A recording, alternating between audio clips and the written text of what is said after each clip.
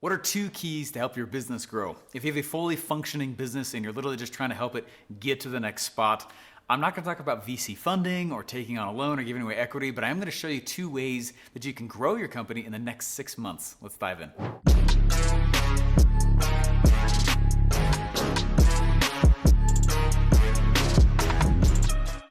I remember the first time I actually launched a product and it worked. There was this moment of just like absolutely amazing feeling. I was like, oh my gosh, this is so cool. I was so excited about it, super awesome. But at the same moment, there was also like this, oh crap, I don't know what to do next. Now that I've actually got the thing out the door and this is the thing I've been trying for so long, a completely different set of skill sets was required versus the ones that I was going for. And you might be in a similar situation where you're like, man, I finally got the product to work. What do I do now, right? It's totally different mindset. And so that's what I want to walk you with you guys today is Jay Abraham's a famous marketer and he actually showed 3 ways to grow a company. So that's, I know I said 2, I'm going to show 3. Is it okay if I over deliver? Let's dive in. All right, now it's contended that these are the only 3 ways to grow a company. Like there's not a 4th. There's 3 ways and that is it. The first way to grow a company is to just get more customers, which is honestly the one that most people go for. It's probably one of the most common ones, but you just grow your company. I love the book Ready, Fire, Aim. You guys have probably heard me reference that book several times on this channel. In that book, it teaches you that after you leave stage 1 entrepreneurship, which is just proving your thing even works and making some money, after you leave stage 1 entrepreneurship, one of the fastest ways to grow your company is actually through low ticket, high circulation products. Low ticket, high circulation products. So what does that mean? That's why you see a lot of big people, they'll write a book, low ticket, high circulation. You know, the average book gets passed around like 6 or 7 times. Okay, it's low ticket, high circulation. That's why a lot of people write a book, or they will do like what I'm doing right here, right? They'll create a YouTube channel. It's low ticket, high circulation. It's about spreading, okay? It's a lot of that kind of stuff. So that's really one of the first big ways to grow is to, after your company is working. So you'll see that that's what I'm starting to do is after my thing has worked and we're at a great spot now, guess what I'm starting to work on? Books. I'm starting to work on books. I'm starting to work on more high, massive circulation things, trying to get in Forbes. You know what I mean? Like those kinds of things are really starting to matter. Whereas at the beginning, it'd have been cool, but not as much. This is a common place for customers and clients that I've had to get stuck. They'll get stuck because they're like, I don't know what to do now that my core thing has worked. And what the answer is, and what we did with them is we said, well, if your core thing is working and you just need more blood in the door, right? You just need more people coming in. It's time to build what we call an acquisition funnel. Okay, and an acquisition funnel's whole purpose is to do just that, acquire. And acquire at break even. We're not even trying to make money with the thing. The whole purpose though is to get somebody to come in the door, pay something, and then ascend them to the main core product that you're actually trying to sell altogether. We call them acquisition funnels. They're usually full of products that are cheap or free or low. We call them bottom of the value ladder because they're not big expensive things, but it's a great way to get more people coming in. One of the ways I grew my following so fast is actually because we built a ton of acquisition funnels in my early days, like way too many. But it worked though, holy smokes, it grew the following really, really fast. So then anything we sold afterwards was pure profit. Way to grow, number 2. When I was working at ClickFunnels, I had just this awesome privilege. Have you guys ever seen the TV show The Prophet on CNBC? It's about that guy that goes around and buys companies. His name's Marcus Lemonis. Well, he hired Russell to build funnels for that show. Well, I was his funnel builder. So I got to build 5 shows for the TV show The Prophet on CNBC, and it was super cool. I remember one in particular, though, was very, very stressful. There was a specific episode, and I'm just going to quote it here. It's about a company called Flex Watches. And Flex Watches was it was a watch type. If you purchase a watch, they donate a portion to that type of charity.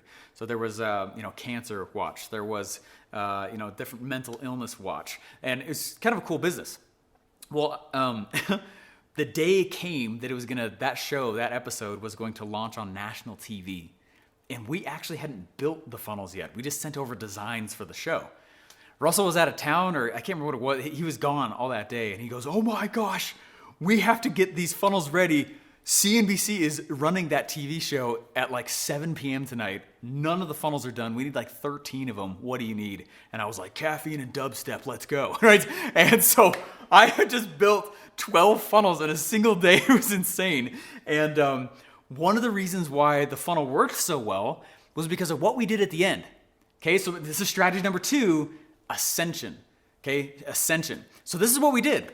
After they bought a watch, at the end of the purchasing process, on the thank you page, we said, hey, thanks so much for that purchase. By the way, other customers also bought this kind of watch. And they would click and it would bring them to a new funnel and they would go through that one. And what we did, so we did that on every single thank you page. And I think there was 12, something like that, 11 or 12. And it was, so every time there was on a thank you page, it would just guide them to another one.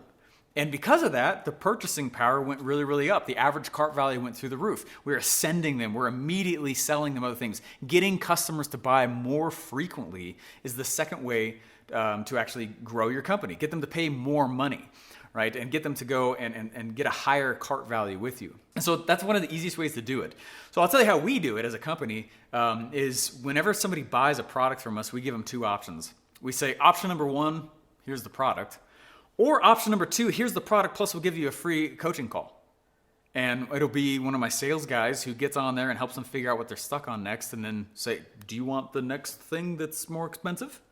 It's really cool. So the adage is, especially in the internet marketing world, this is what we all ask each other as a reminder. When's the best time to sell someone something? The moment they bought something else. Okay, so I do this all the time. In a lot of my funnels, at the end of the funnel, I put a thank you page and I'm like, hey, by the way, let's start your training right now. And it's a webinar. We're immediately ascending to the next tier of price points inside of our value ladder. This is a huge hack. For those of you guys who already have people buying from you, this is one of the easiest ways to give yourself a raise. Just go in and start immediately after they purchase. It's not like Amazon does this, right? It isn't, which is shocking.